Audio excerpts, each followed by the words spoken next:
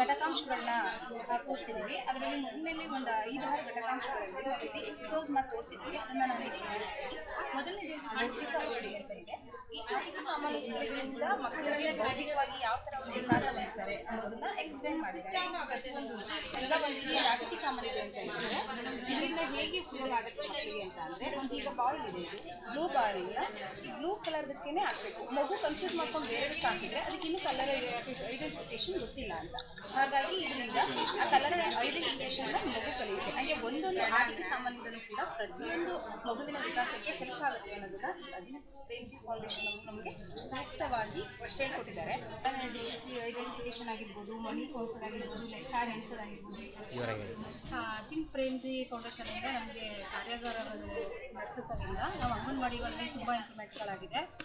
ಶಾಲಾ ಪೂರ್ವ ಶಿಕ್ಷಣ ಆಗಿರ್ಬೋದು, ಭಾಷಾ ಬೆಳವಣಿಗೆ ಆಗಿರ್ಬೋದು, ಕ್ರಿಯಾತ್ಮಕ ಚಟುವಟಿಕೆಗಳಾಗಿರ್ಬೋದು, ಬೌದ್ಧಿಕ ಬೆಳವಣಿಗೆ ಆಗಿರ್ಬೋದು, ಇದನ್ನು ನಾವು ಒಂದು ಡೇಲಿ ಹೆಂಗೆ ಟೈಮ್ ವೈಸಲ್ಲಿ ಹಿಂಗೆ ಈ ಟೈಮಲ್ಲಿ ಹಿಂಗೆ ಈ ಟೈಮಲ್ಲಿ ಹಿಂಗೆ ಅಂತ ಯಾವ ಥರ ಮಾಡ್ಬೋದು ಅನ್ನೋದನ್ನ ಅಲ್ಲಿ ಕಲ್ತಿದ್ದೀವಿ ನಾವು. ಫಸ್ಟು ಅಂದರೆ ಎಲ್ಲನೂ ಒಂದು ಕಡೆಯಿಂದ ಅಂದರೆ ಇದೇ ಟೈಮಲ್ಲಿ ಇದನ್ನು ಮಾಡಬೇಕು, ಇದೇ ಟೈಮಲ್ಲಿ ಇದನ್ನು ಮಾಡಬೇಕು ಅಂತ ನನಗೆ ಅಷ್ಟು ಐಡಿಯಾಸ್ ಇರಲಿಲ್ಲ. ಈಗ ಫೌಂಡೇಶನ್ ಅಜಿತ್ ಪ್ರೇಮ್ಜಿ ಫೌಂಡೇಶನಿಂದ ನಾವು ಕಾರ್ಯಾಗಾರಗಳನ್ನ ತಗೊಂಡ್ಮೇಲೆ ಯಾವ ಟೈಮಲ್ಲಿ ಅಂದರೆ ಶಾಲಾ ಪೂರ್ವ ಶಿಕ್ಷಣಕ್ಕೆ ನಾವು ಯಾವ್ಯಾವ ಟೈಮ್ನ ಎಷ್ಟೆಷ್ಟು ಕೊಡಬೇಕು, ಮಕ್ಕಳಿಗೆ ಕಥೆ ಆಗಿರ್ಬೋದು, ಹಾಡಾಗಿರ್ಬೋದು, ಕ್ರಿಯಾತ್ಮಕ ಚಟುವಟಿಕೆಗಳಾಗಿರ್ಬೋದು, ಬೌದ್ಧಿಕ ಚಟುವಟಿಕೆಗಳಾಗಿರ್ಬೋದು, ಇದನ್ನು ಹೇಗೆ ಮಾಡಿಸ್ಬೇಕು ಅನ್ನೋದನ್ನು ಅಲ್ಲಿ ತುಂಬ ಚೆನ್ನಾಗಿ ಹೇಳ್ಕೊಟ್ಟಿದ್ದಾರೆ. ಅದನ್ನು ಕಲ್ತಿದ್ದೀವಿ. ಅದೇ ರೀತಿ ನಮ್ಮ ಅಂಗನವಾಡಿಗಳಲ್ಲೂ ನಾವು ಅಳವಡಿಸ್ಕೊಳ್ತಾ ಬರ್ತಾ ಇದ್ದೀವಿ. ಈಗ ಮೊದಲಿಗಿನ್ನ ಇವಾಗ ಮಕ್ಕಳುಗಳಲ್ಲಿ ಶಾಲಾ ಪೂರ್ವ ಶಿಕ್ಷಣ ತುಂಬ ಬೆಳವಣಿಗೆ ಆಗಿದೆ ಅಂತ ನಾನು ಗೊತ್ತಿರಲಿಲ್ಲ.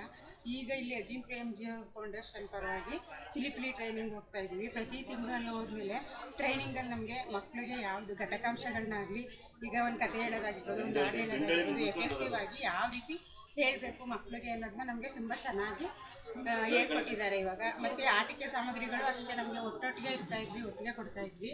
ಆದರೆ ಈಗ ಅದು ಯಾವ್ಯಾವ ಆಟಕ್ಕೆ ಯಾವ್ಯಾವ ಆಟಕ್ಕೆ ಸಾಮಗ್ರಿಗಳನ್ನ ಉಪಯೋಗಿಸಿದ್ರೆ ಅದು ಉಪಯೋಗ ಆಗುತ್ತೆ, ಮಕ್ಕಳಿಗೆ ಎಷ್ಟು ಚೆನ್ನಾಗಿ ಎಫೆಕ್ಟಿವ್ ತಲುಪುತ್ತೆ ಅನ್ನೋದನ್ನ ತುಂಬ ಚೆನ್ನಾಗಿ ಹೇಳ್ಕೊಟ್ಟಿದ್ದಾರೆ. ಆ ಥರ ಇವಾಗ ನಾವು ಮಕ್ಕಳು ಕಲಿಸ್ತಾ ಇದ್ದೀವಿ. ಈಗ ಹೇಳ್ಕೊಡೋ ರೀತಿಯಿಂದ ಮಕ್ಕಳು ಮೊದಲಿಗಿಂತ ಈಗ ತುಂಬ ಚೆನ್ನಾಗಿ ಕಲಿತಾ ಇದ್ದಾರೆ. ನಮಗೂ ಕೂಡ ಮೊದಲಿಗಿಂತ ಇವಾಗ ತುಂಬ ಚೆನ್ನಾಗಿ ಕಲಿಸ್ಕೊಂಡಿದ್ದಾರೆ.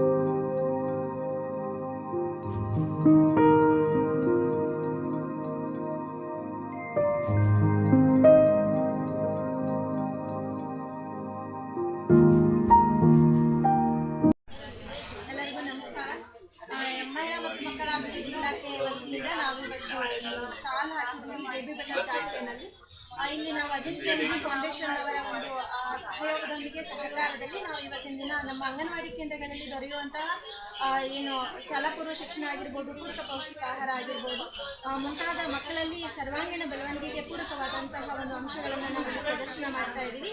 ಹಾಗೆ ನಮ್ಮ ಇಲಾಖೆಯ ಸೌಲಭ್ಯಗಳನ್ನು ಕುರಿತು ಕೂಡ ನಾವಿಲ್ಲಿ ಪ್ರದರ್ಶನವನ್ನು ಮಾಡ್ತಾ ಇದ್ದೀವಿ. ಜನಸಾಮಾನ್ಯರಿಗೆ ಒಂದು ತಲುಪೋದಕ್ಕೆ, ನಮ್ಮ ಇಲಾಖೆ ಕಾರ್ಯಕ್ರಮಗಳು ತಲುಪೋದಕ್ಕೆ ಇದೊಂದು ಉತ್ತಮವಾದ ವೇದಿಕೆ ಅಂತ ಹೇಳಿ ನಾನು ಭಾವಿಸ್ತೀನಿ. ಈ ಸ್ಟಾಲ್ನಲ್ಲಿ ನಾವು ಶಾಲಾ ಪೂರ್ವ ಶಿಕ್ಷಣ ಇದ್ರ ಜೊತೆಗೆ ನಾವು ಪೂರಕ ಪೌಷ್ಟಿಕ ಆಹಾರನ ಸಹ ನಾವು ಪ್ರದರ್ಶನ ಮಾಡ್ತೀವಿ.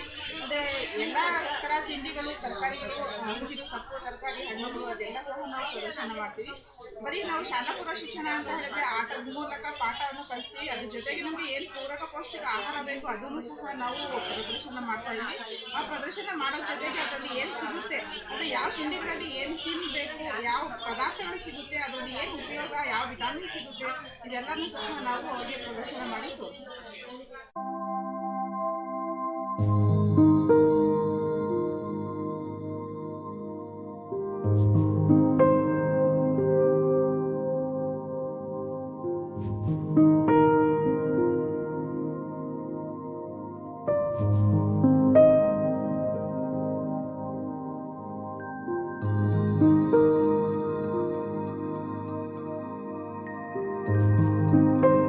ಆಗ ಒಂದು ನದಿ ಕಂಡಿತಂತೆ.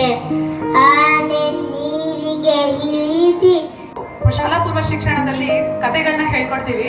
ಅದನ್ನ ಒಂದು ಪಾತ್ರಾಭಿನಯದ ಮುಖಾಂತರ ನಮ್ಮ ಮಕ್ಕಳು ಹೇಗೆಲ್ಲ ಅಭಿನಯವನ್ನ ಮಾಡಿ ತೋರಿಸ್ತಾರೆ ಅನ್ನೋದನ್ನ ಒಂದು ತುಣುಕು ಸಂದರ್ಭವನ್ನ ನಾನು ಹೇಳ್ತಾ ಹೋಗ್ತೀನಿ. ಒಂದು ದೊಡ್ಡ ಕಾಡಿರುತ್ತೆ. ಆ ಕಾಡಲ್ಲಿ ಹಲವಾರು ಕಾಡು ಪ್ರಾಣಿಗಳೆಲ್ಲ ವಾಸವಾಗಿರುತ್ತೆ. ಹೀಗಿರ್ಬೇಕಾದ್ರೆ ಒಂದ್ ದಿವಸ ಜಿಂಕೆ ಕಾಡಲ್ಲಿ ಓಡ್ ಬರ್ತಾ ಇರತ್ತೆ. ಬರ್ಬೇಕಾದ್ರೆ ಕಾಲ್ ಜಾರಿ ಕೆಳಗಡೆ ಬಿದ್ದೋಗ್ಬಿಡತ್ತೆ. ಬಿದ್ದೋದ